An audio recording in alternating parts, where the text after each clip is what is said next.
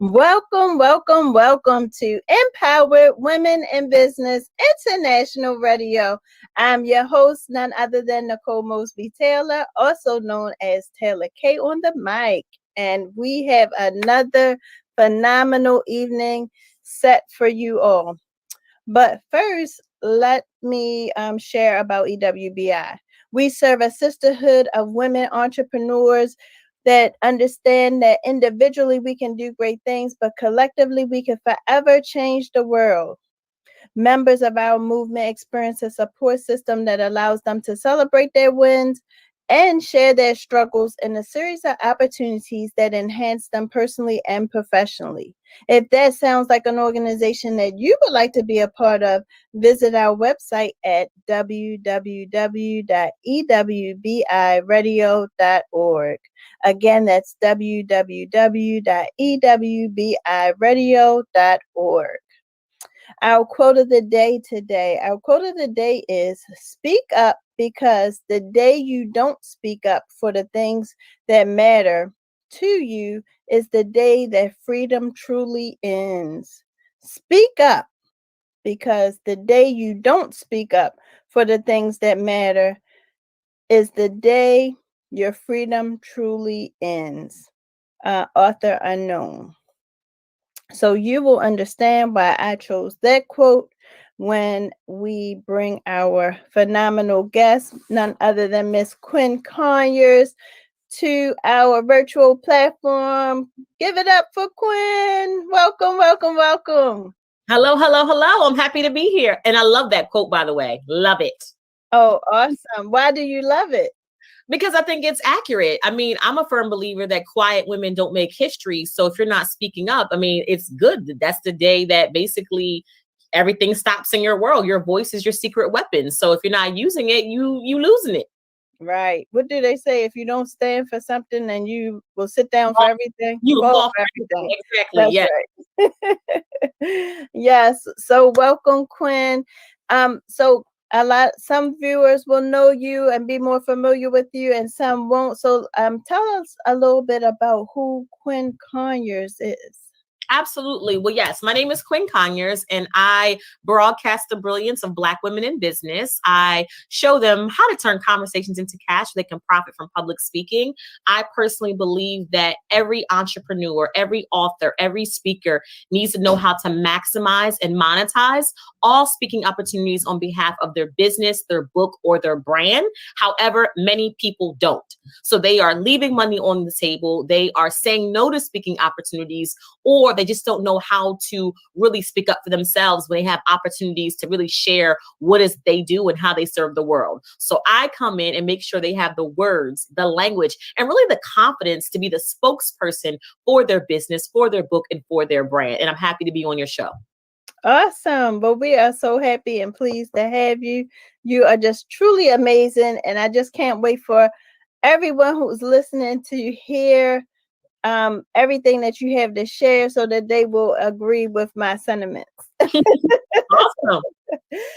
So I know that you recently have a new book out. Yes. Right. And your new book is, tell me the name of the new book. So the book is called Speak Black Woman: How Women in Business Can Profit from Public Speaking. Awesome. So now, how Black women can profit from speaking. That's so powerful. That's powerful. What made you choose first that target audience of Black women?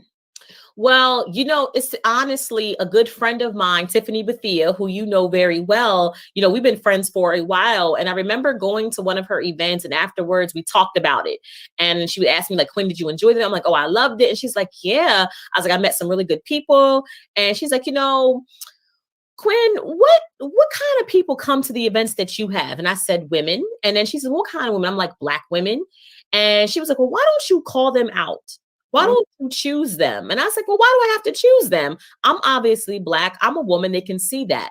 And she said, there's something about being chosen. And you've been giving us very Afrocentric vibes lately between your head wraps, your scarves. Like, it just seems like even when you go to certain events, if it's a regular event, you're like, oh, yeah, I had a good time. But if it's a Black woman in business event, you light up differently. So unconsciously, I felt like I had already chosen them and didn't know it.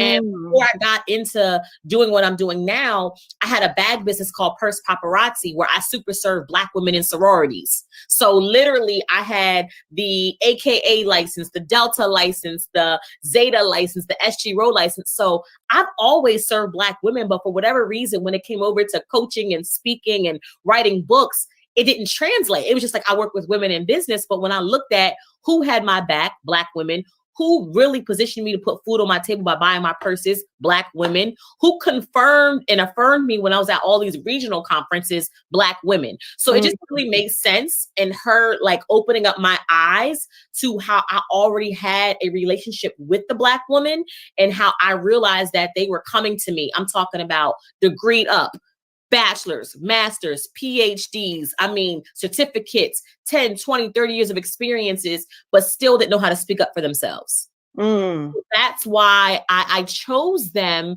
because she is me and I am she.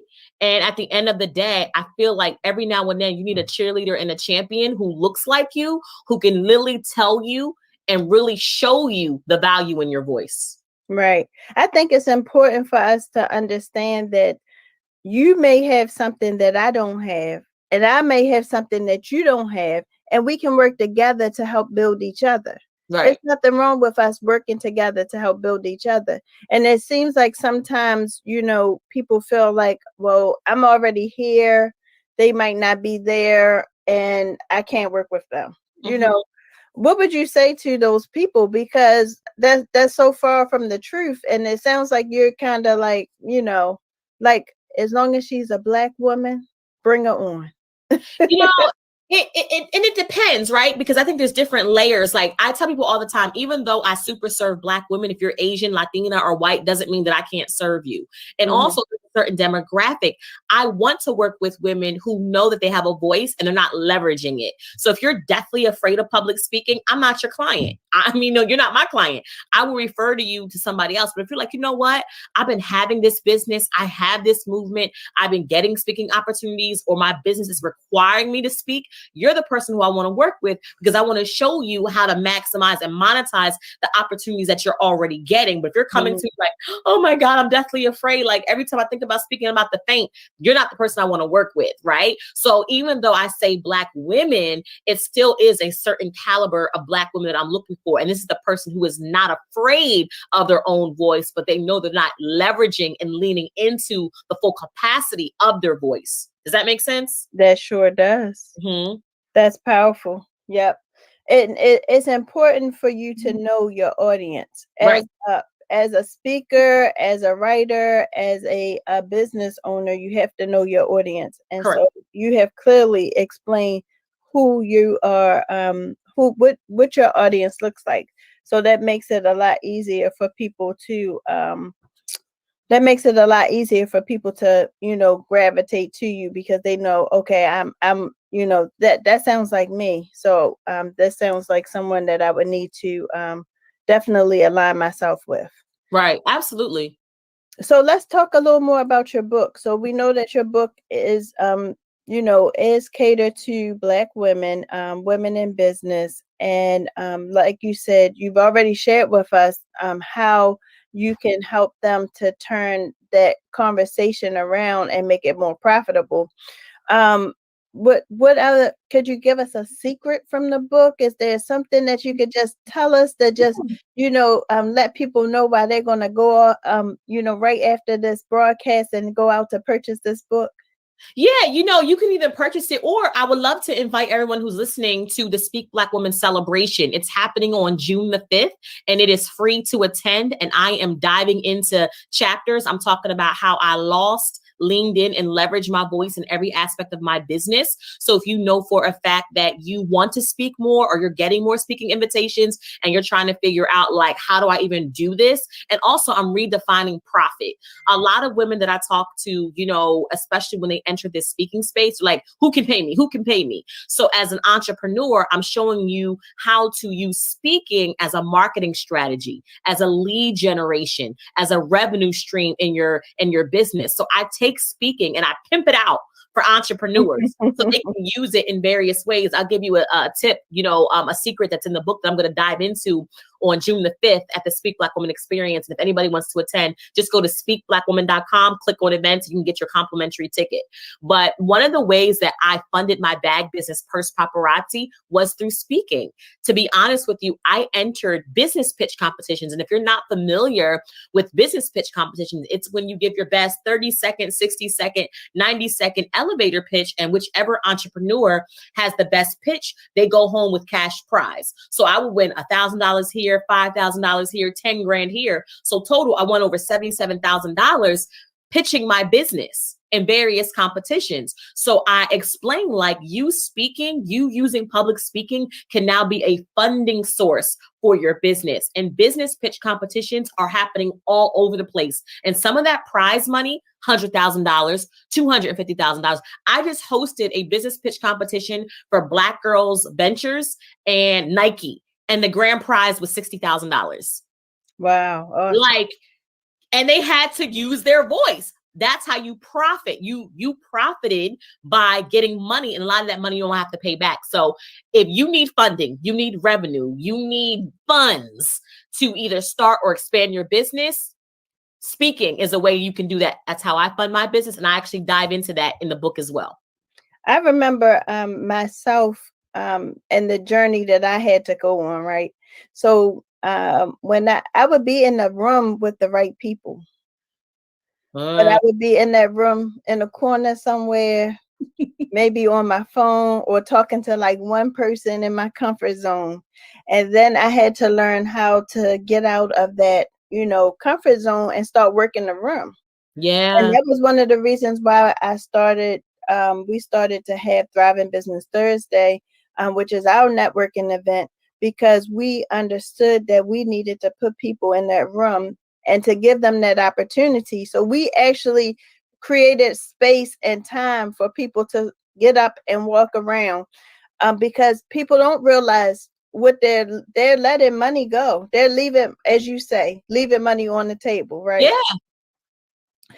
So I just, you know, I just wanted to spotlight that, because it's so important for us to find our voice. It's so important for us to find our voice, whether it's a social issue, whether it is pertaining to our business, no matter what it is, we have to find our voice, because it's important for us to share how we feel. And if we don't share how we feel, then what happens? No one knows. You're absolutely right. And I feel like we don't understand the power of our own voice. We don't understand how important public speaking is to our businesses.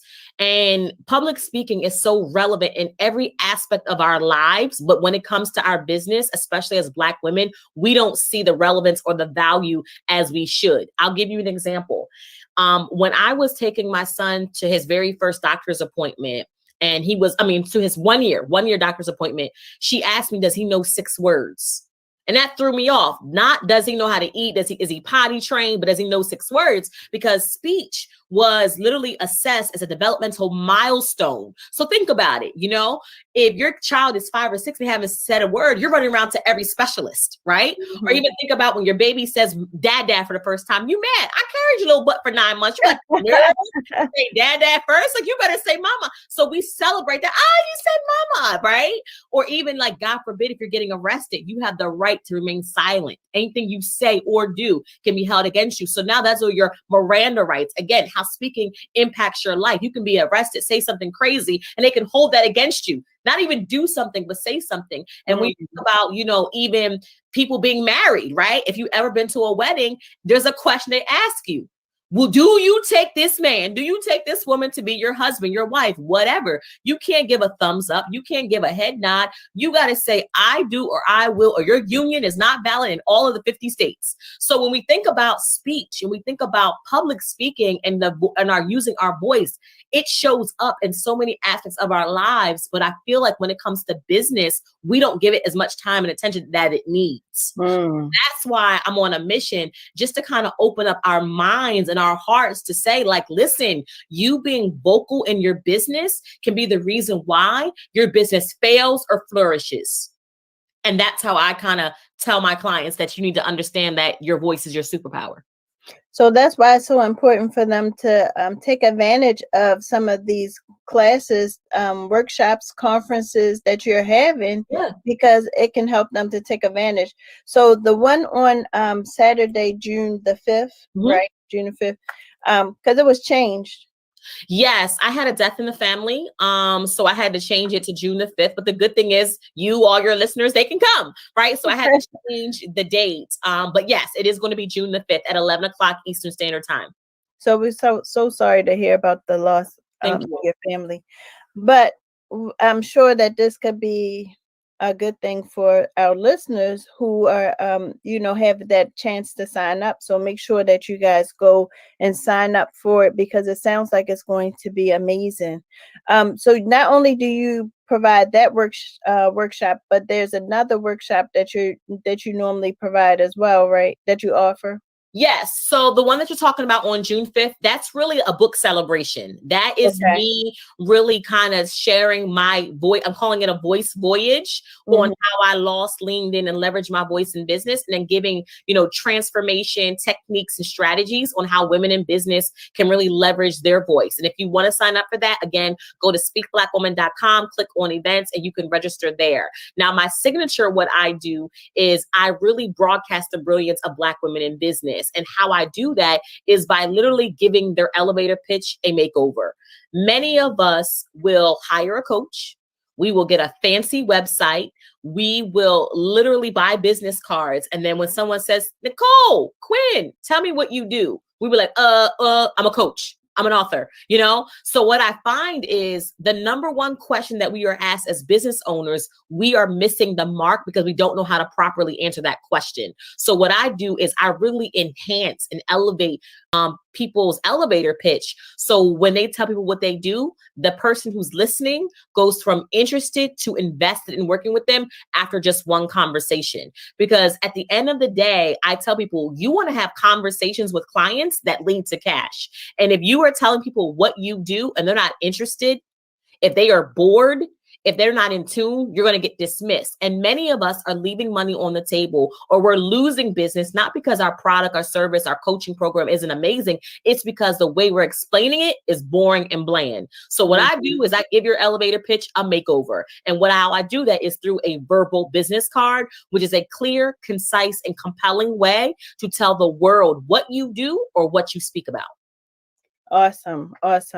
So Joy says she loves the title. She says she loves the title. And she said, hi, Joy. Thanks for joining in today. So what do you think about, Quinn, maybe somebody just doing a sample of what their verbal business card is, and you kind of just tweaking it a little bit, not your whole thing. What do you think? I should have asked you prior to, because I just want people to see how you just like transform. Well, yeah, I can give you some examples. That's no problem at all. Okay, I had a guy come to me. His name was DJ, and he was a photographer, and he's one of my favorites because, you can Google search a photographer a dime a dozen. He was getting frustrated, felt like he was getting replaced by the cell phone. And literally if you would ask him what he did on a Monday, he would say, I'm a photographer. On a Wednesday, I'm a photographer. Thursday, I'm a photographer. He's like, Quinn, I told you I take pictures. I'm a photographer. I don't know how to say it any other way, but I'm a photographer. So after we worked together and I verbalized his value, he now says, I capture the legacy of families who want to have memorable photos that last a lifetime. Yes. Well, listen, the difference? I'll never forget. I was at one of your workshops, yours and Lindsay's. Yes. So I went up to this young lady and I shook her hand. And after she told me what she did and how she said it, I'm like, oh, I need work. And so that's when I signed up for your verbal business card, because I was like, when I found out that you had helped her, I'm like, oh no, that's what I need. Because it was just that transformation, it really makes a difference. And like you said, if people don't understand your passion, so you can be passionate about something, but sometimes we don't allow it to come through in our words and our actions, right? But some type of way you take those words and you transform them and bring them to life, and it makes people like, wait a minute, I need to know more about this business. Yeah. And that's what we're doing. It's marketing by mouth, right? And the thing about it is, we don't put a premium on that. Like all of the business I've got, it started with a conversation. No one's going straight to your website and buying.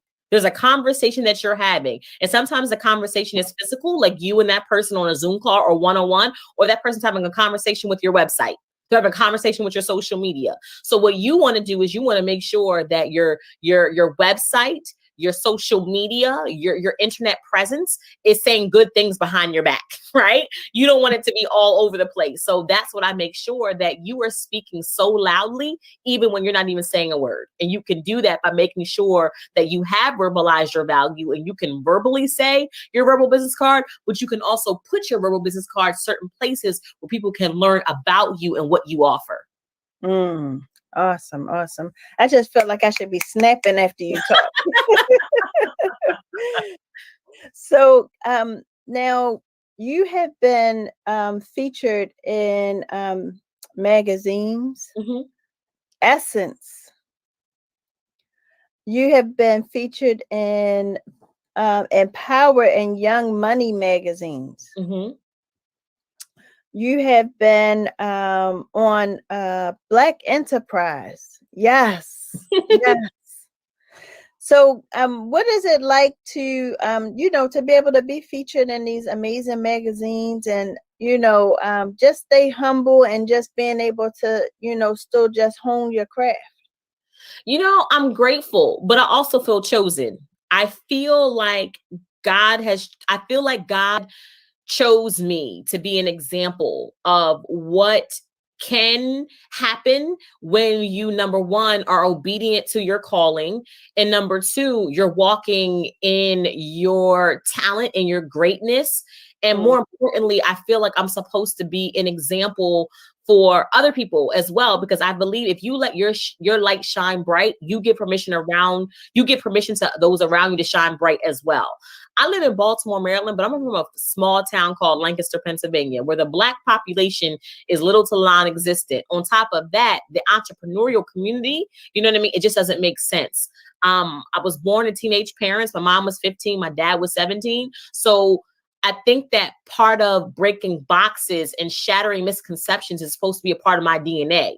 So people can see me and see you and say, if Nicole can, if Quinn can, then that means that I can as well. So I think that it's just a grateful thing, like that Black Enterprise or Essence or, empowering women, to speak out, or Vision and Purpose would see that my work is amazing enough to be featured and show the world.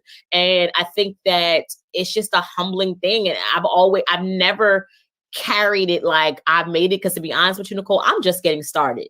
Like the career I'm getting now, I feel like I'm nowhere even near where I'm going to be. So I think that when you keep a humble heart and your assignment, and I think I'm very clear on my assignment, and a lot of people have agendas, but when you get clear on your assignment, that you move differently and doors open for you that you can't even pay for. And I think that's the difference. I think you're right. And even just thinking, so, we have our conference coming up, Passion, Purpose, and Pumps. And we named it Passion, Purpose, and Pumps after my quote, being fulfilled is finding your passion, and it will lead you to your purpose, and you walk it out in your pumps. And clearly, through when you speak, it tells me that you have definitely identified your passion, And it led you to your purpose, and now you're walking it out in your pumps. And you even may have taken a detour, because like you said, you were selling purses. So at first you thought the purse thing was going to be your thing, so you were even doing pitches for the purses, right? And you raised all of this money, $77,000. Mhm. And then you realized, hey, I might need to make a little detour. You want to talk a little bit about that? Yeah, Nicole, I was pivoting before it was sexy. I was just like, I did the purses for a while, but life changed. I had when we first started, I didn't have any children, right? So we were able to go to, the sorority world, right? You're going to regionals, boules, conferences. I mean, there's so many events. At one point we had 4 or 5 people working with us, because it was like the AKAs had 3 events, the Zetas had 2 events, the Deltas had 1 event. Like, we just couldn't be at all those places. But I also started to feel burnt out and unfulfilled. Like, there's more to me than selling purses. And it's going to go back to Black women. When I would be at these events, these women would ask me, girl, what else do you do? I'm like, girl, I sell purses. Like, nah, what else? I'm like, I sell handbags. No, there's something else about clutches. I got clutches. You want a clutch? Like, that is where my brain was, because I had started speaking and I wasn't getting like the traction. So I put speaking down and I picked up entrepreneurship.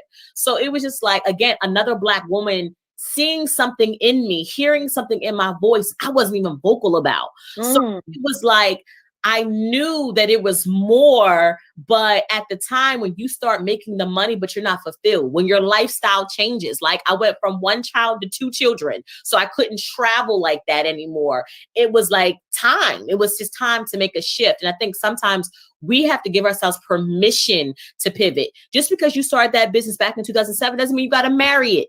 You could be in a different mind frame. So if you have started a business and you don't want to do it anymore, that's okay. You can change it up. You can switch it up. Your priorities change. Your interests change, right? I still love me a good handbag, but I already know them hours from like literally 9 a.m. to 1 o'clock in the morning was normal. I can't do that anymore. I'll be asleep. Right? I can't do it anymore. So it was a great time. I met so many different, people, but I think that the pivot was necessary. And TD Jake said something so amazing, that you got to trust that whatever you do, it's going to lead you back to ultimately what you should be doing. So never be afraid to like go down a path or take a detour, because whatever your assignment is for your life, whatever you're supposed to do, ultimately, God will get you back there. Like, you know what I mean? It's almost like he'll be like, okay, you went on, just like a GPS, redirecting, getting you back on that route. And then you find yourself like literally back at square one. Like, I had this idea since I was in the 5th grade, right? And they're like, what happened? Now I'm back on it. And now I'm 45 years old going after that idea that I had in 5th grade. So you just got to trust that whatever you do will ultimately lead you back to what you're supposed to be doing. And you got to have that trust. And you got to step out on fear. You can't allow fear to handicap you. You can't allow fear to paralyze you. You just got to do it. You got to be like Nike. Just do it. Absolutely. Absolutely. It's so important for us, especially us as Black women, to be able to just go after whatever it is that our hearts desire. So Mary says, like this idea, trust you will need. You will be led back. Be led back to what you were meant to do. Yes. You will be led back to what you were meant to do. Amen to that. So we're going to take a quick break. Okay. Keep it locked right here on Empowered Women in Business International Radio, and we'll be right back. Empowered Women in Business International. We serve a sisterhood of women entrepreneurs and professionals who understand that individually we can do great things, but collectively we can forever change the world. Members of our movement experience a support system that allows them to celebrate their wins and share their struggles in a series of opportunities that enhance them personally and professionally. If that sounds like an organization that you would like to be a part of, visit our website at www.ewbiradio.org. Are you a small business or even a person that's just thinking about starting a business? Well, this organization is right for you. We offer micro grants and we even highlight our members on our radio show, EWBI Radio, which airs on Elevate Your Life Talk Radio every Tuesday at 7 p.m. Tune in. Awesome. So we have some flyers that are going to come up. And all right. So this one is please see Nicole Jones. She is collecting for women in Africa. They are using everything from leaves to discarded trash to create sanitary napkins for themselves. And she is taking up a collection to send them chemical-free sanitary napkins. So please visit www.jonesvariety.com/charity-drive for more information if you would like to make a donation. Stokes Multitasking Contracting Services, licensed and bonded, trash removal, janitorial service, commercial service, evictions, post-construction service, plus more. So just give them a call at 443-740-1077 and tell them EWBI sent you. Sisterly Sundays. We are having our International Sisterly Sundays. Connections, conversations, and collaboration.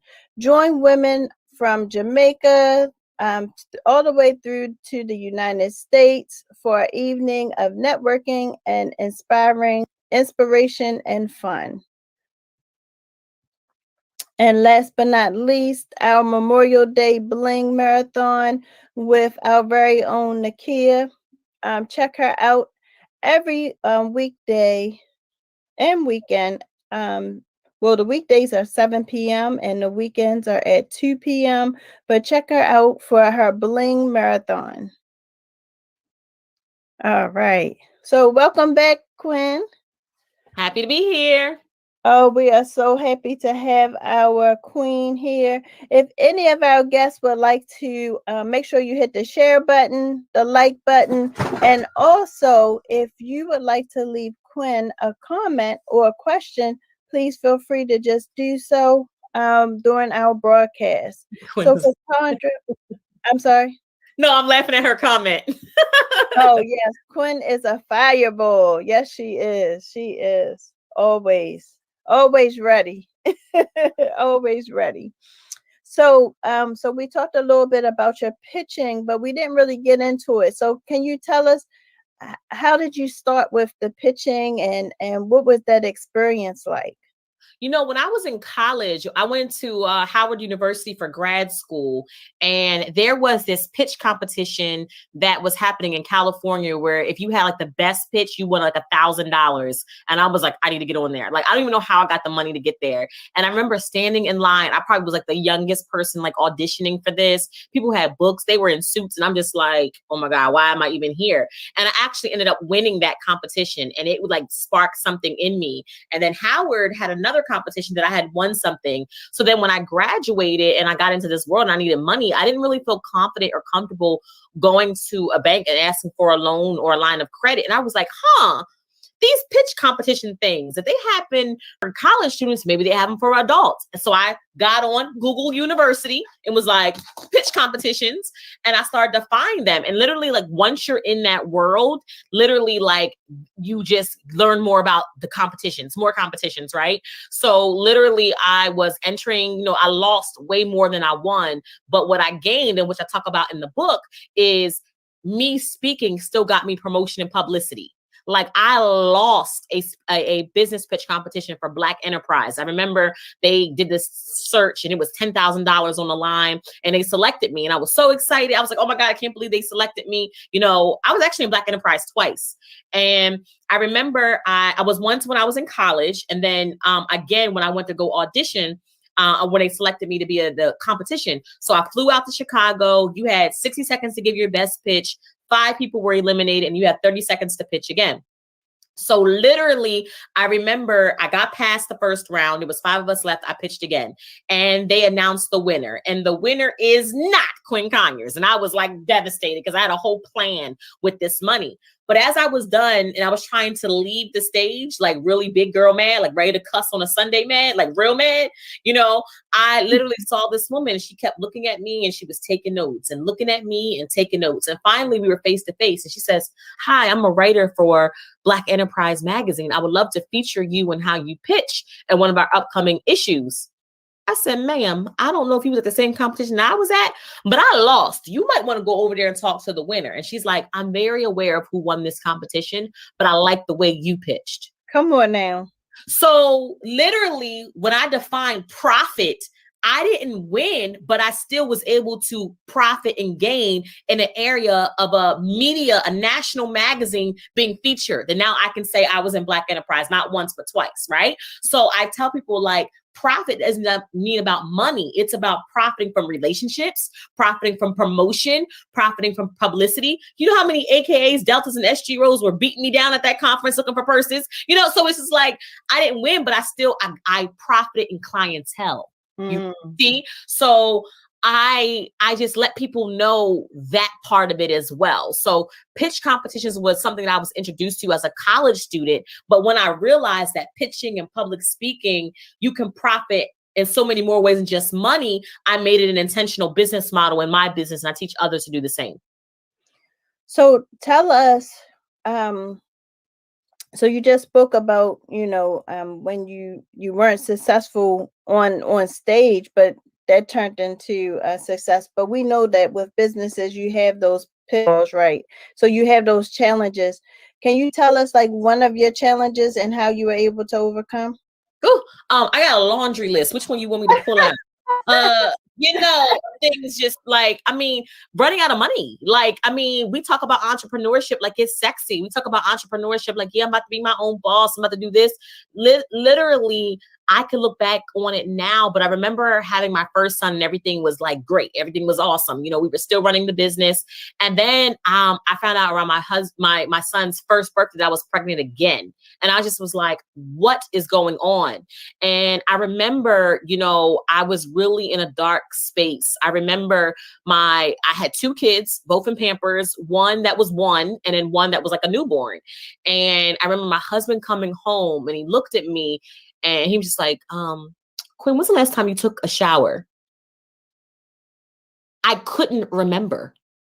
I could not remember the last time I took a shower because I was so boggled down with being this businesswoman. But now I'm a parent and I had my children. I know I got a baby face, but literally my first child at 33, my second child at 35.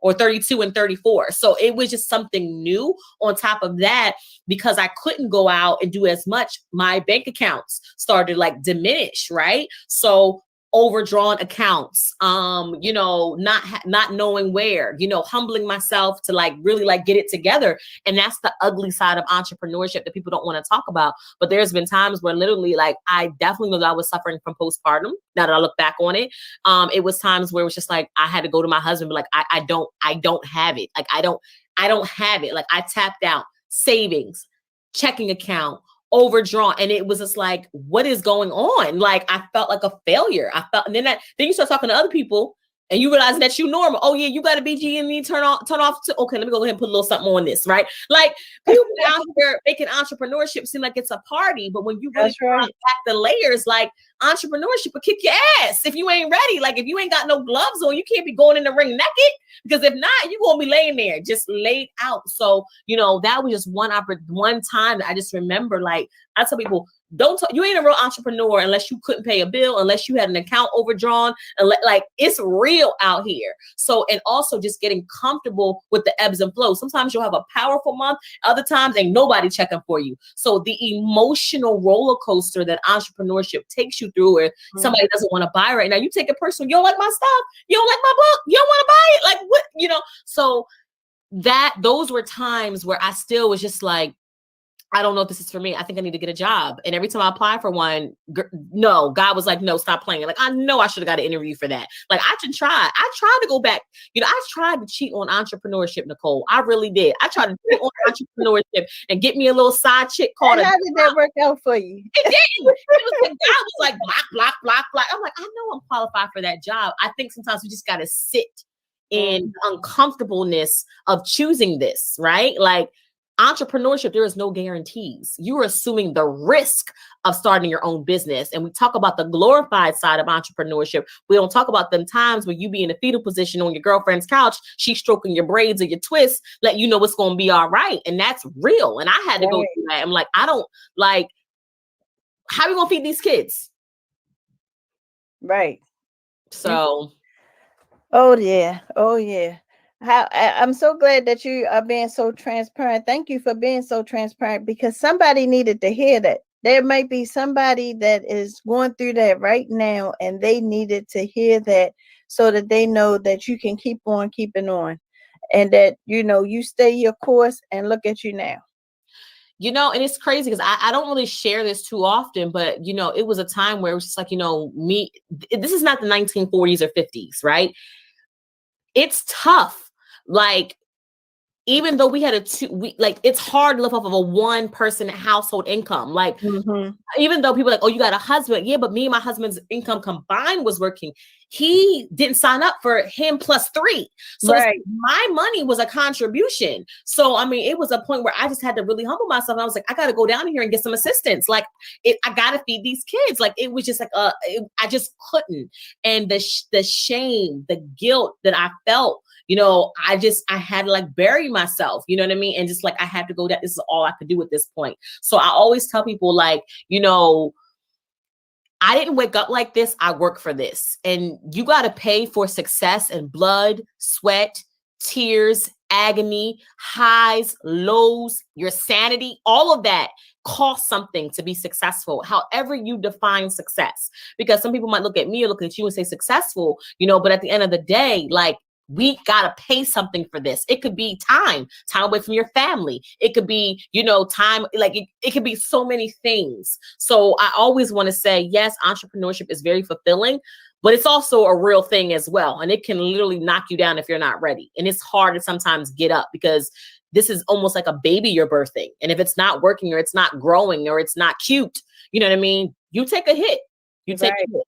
I remember there were even times where where the business wasn't doing so well. So it was almost to the point where my husband didn't consider it a job or, me working. So it's like, oh, no, you're home all day.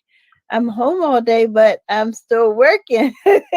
Like, I'm literally sitting at this desk 24/7 trying to make this thing happen. So you got to give me some time. And, so I think those are the real conversations that people do have to have, because some people feel like you said, they see the glory side of it. And they feel like, oh, well, they have a husband, so it's okay. But when you are used to that two income household and that 2 goes to 1, it's a big difference.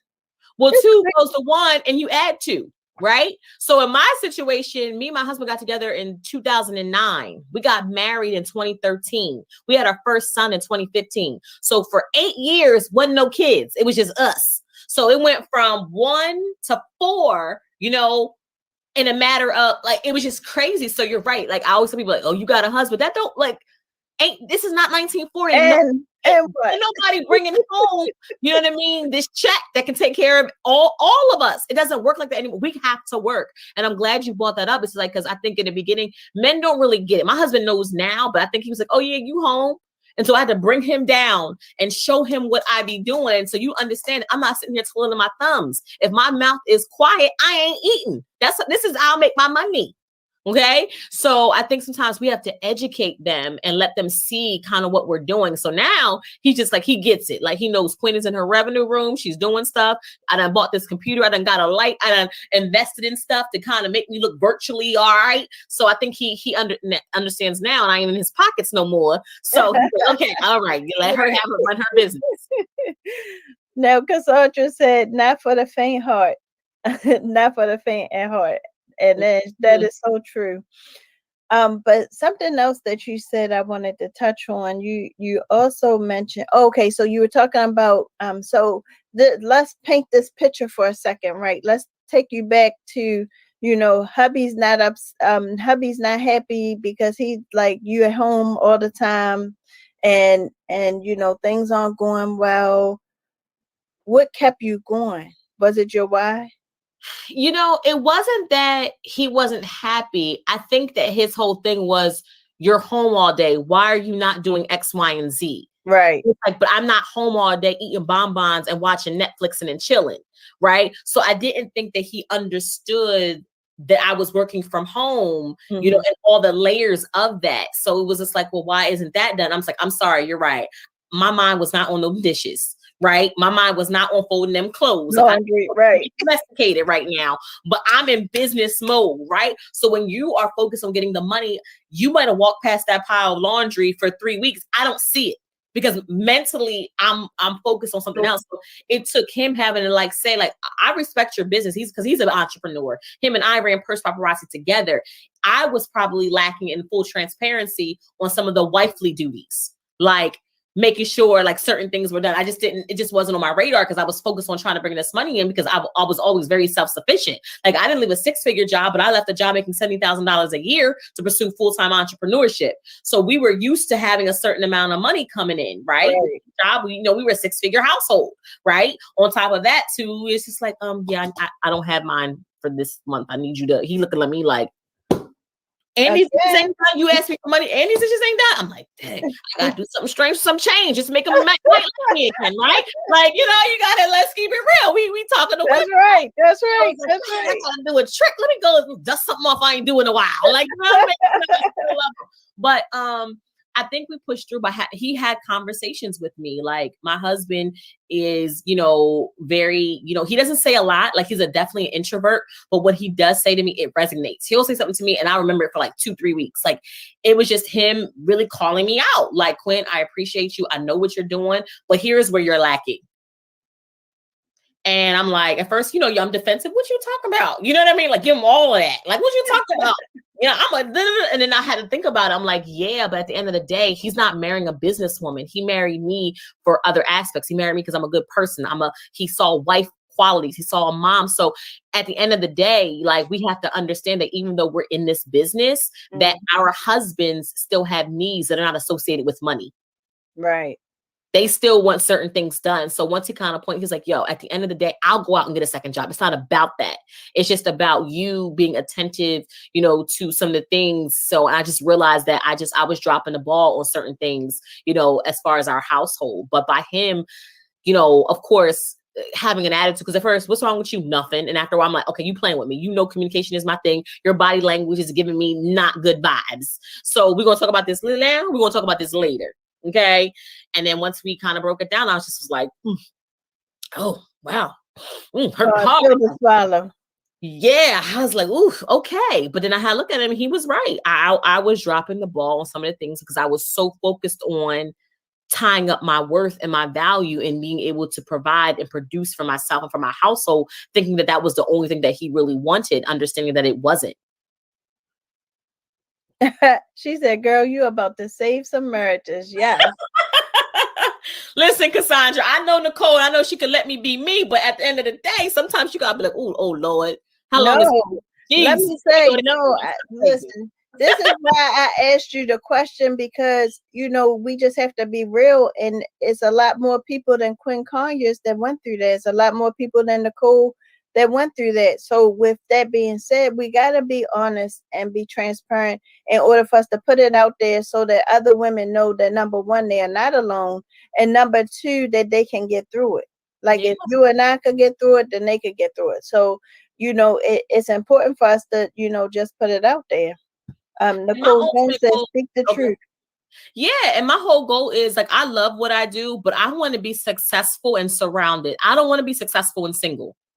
I don't want to be making my first million. My husband slipping me the divorce papers. Then I failed. Right. I married the business and I didn't marry him. Did you get that? Did you catch that? I got you I'm can. right there. You I'm know, right there because with that's you. what happens. It's like you Right. so caught up in doing this, and so you look around, you at the top, and your husband's miserable. You know what I mean? Because it's like, or your kids like don't even know you because you've been so head down. So sometimes you got to understand why you're working. And I'm working, but I want to be successful and surrounded. I don't want to be successful and single. Like some women out here, they want to beat their chest and they want to be. I don't need no man. That ain't me. I need Right. love. I need time. I need attention. I like to be cuddled. I like to be kissed. I like to go on vacation. I like all of that. Okay. I like my family. So And I'm let not me going tell to you, sacrifice that for my business. right. And not only that, but the thing is that, we can't allow money to dictate our lives either. Mm-hmm. So like there's a fine balance to everything. You can't allow money to dictate. And I used to be a settlement agent. And so with settlements, you guys know when it comes to your house settlement, they might tell you closing on Tuesday and you don't close till Saturday at 7 o'clock. And then Saturday at 7 o'clock is my daughter's recital. And guess what happens? So I had to miss the recital.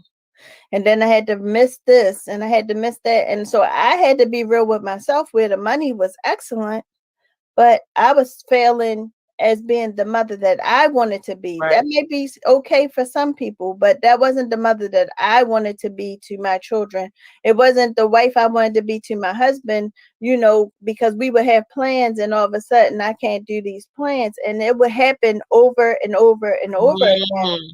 And so I had to tell myself, look, I got to find something else to do because this is not it. This is not the life that I want to live, for my family. So, just having those honest conversations with yourself, being real and finding what works for you and your family. Finding what works for you and your family, I think is the most important. But where I was going with the other question I asked you was, what is your why? Because I think that when we get to those, tough times, when you feel like it's almost like everything is not working out for the good right now, you have to focus on that why to kind of get you out of that spell and get you back onto that solid footing to know that, look, this is why I started, this is why I'm going to continue, and we're going to make this thing happen. I think, my why is it's interesting. I feel like people go through their whole lives trying to figure out their purpose and what they're supposed to be doing. They want meaning. They want fulfillment out of life. And I feel like God let me know very early on what I'm supposed to be doing. And at the end of the day, when it is time for me to take my last breath and I'm supposed to meet him and he shows me who I could have been, I want me and her to be twins. I want him to be like, oh my God, exactly when I created you in the womb is you did your assignment. Amen. I did what you were supposed to do. And I feel like, that's what it is because there's a joy and a peace that comes that can be unexplainable. You can do it and not get paid. And you're like, I'm good. Or when you do get paid, it's like, I can't believe somebody paid me for that. Like, it's almost like that, but also too, like, I really want people to understand that you don't necessarily have to go to work and get a job. There's nothing wrong with that, but you can create what you want to be. And I feel like in my family that it was a lot of go to work, get a good job and retire in 30 years. And I feel like I'm supposed to, be that person, to show that there's another way, there's a different way. And I want to leave a legacy. I wanted people to know, like, Quinn was here, she made a mark, but more importantly, it's the fulfillment part for me. Like, I do what I do because it feels good. I'm not chasing anything. And I want my boys to grow up. If you ask them right now, like, how can you make money, get a job or start a business? I wasn't taught that. You know what I mean? So they know, but I think, part of my why is just like operating in my zone of genius. Feeling good. I feel like it's my why is, I don't have a car that I want, Nicole. I don't have like a dream house that I want. I do what I do because I like options. So I don't ever want to feel like, what? Like, I know I'm winning, but I'm like, what? Today is Tuesday. I think I want to go to Bermuda this weekend. Not in 2 months, but this That's weekend. right. So I like to work and I do what I do because I know that when you can control your own financial freedom, you can have decisions that you can make that are not tied to anything else. So I do what I do because I like flexibility. I'm a box breaker. I'm a, stereotype shatterer. And I think that, if I know that on this path, I can do that, I can achieve that, but also be an example to my boys and let them know, like my husband, which is so interesting, his mother was a full-time entrepreneur. And look what I am. Wow. So I think that by you walking in your purpose, you really give permission for other people to really explore their why, whatever that is. And everybody's why varies, right? That's right. And I think mine's is I like freedom. I like to be able to do what I want to do. So if I want steak, I want to eat steak and not steakums. That's a choice, right?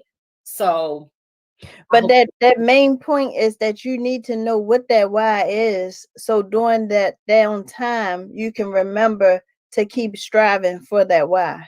And you know what, too? I think my why is I've seen glimpses. Like, how you might have a dream or you might daydream or you'll see something or, you'll have deja vu. Like you feel like you were here before. That happens to me. And I want to see that. I want to see this thing out. Right. That's right. It showed me certain things. I'm like, I want to walk into that. Right. So I'm why? Because I don't want to get there and I'm right here. And all I got to do is walk 2 more steps. But I didn't. Like I'm doing what I'm doing because I want to see what this life looks like. Like he created us for a reason. You know what I mean? Like there was a problem on earth. He was like, only Nicole can fix this problem. Only Quinn can fix this problem. So he's shown me different things. I'm like, all right, you gonna do that in my life? A little black girl from Lancaster, Pennsylvania? I want to see this. Show me. Wow. That's awesome. So Quinn, our time is up. Oh no. Didn't it go fast? It did. There's so much more I wanted to talk about, but I just have to have you come back on again. Sure. So tell our audience how they can reach you. Sure. So I'm Quinn Conyers on all social media platforms. And if you want to connect with me, if you're a Black woman in business and you want to really turn conversations into cash or attract customers or clients as soon as you open your mouth, go to speakblackwoman.com. Again, that is speakblackwoman.com. And if you want to come to the book celebration I have right here, which is Speak Black Woman, How Women in Business Can Profit from Public Speaking, again, go to speakblackwoman.com and click on events. But on Instagram, Facebook, Clubhouse, I am Quinn Conyers on all those platforms. You can't miss me. Awesome. Thank you so much, Quinn, for coming and dropping all those golden nuggets for all of these women to aspire to be like, or to just help them to get through everything that they're going through. As a business owner, it's a difficult time sometimes, and just hearing that story really helps to make it a little easier for that travel, that transition for everyone. So thank you so much for coming to drop those nuggets. And we're going to just thank everybody for tuning in this evening. Janine said, amazing show. Thank you so much, Janine. I just love my EWBI sisters. Oh, Janine. So yes, I know Janine. Hey, Janine, how are you? Janine, look, Janine, this pillow from Janine. Awesome. Yes. So much stuff from her. Yes, I know Janine. Yes, I got like 3 pillows over here from Janine. So yes, love her. Yes. Thank you, Rhonda. Rhonda said very inspiring show. Awesome. Another one, our EWBI sisters. And Cassandra Ferguson, Miss CEO of Elevate Your Life Radio, says great show. Thank you for tuning in, Cassandra. Janine says, hey, Quinn. So thank you all for tuning in, and don't forget to keep it locked every Tuesday at 7 p.m. right here on Empowered Women in Business International Radio. Don't forget to also check us out on social media, Empowered Women in Business International, as well as visit our website at www.ewbiradio.org. If you're looking for a service or a item like those pillows that you just saw, go visit our members directory. We have an online directory with all of our members items that they sell for offer, and you can select from those items. So please visit our online directory and support our members of EWBI. So we're going to close like we always do. Individually, you can do great things, but collectively, we can forever change the world. Don't forget to tune in next Tuesday, 7 p.m. right here to Empowered Women in Business International Radio.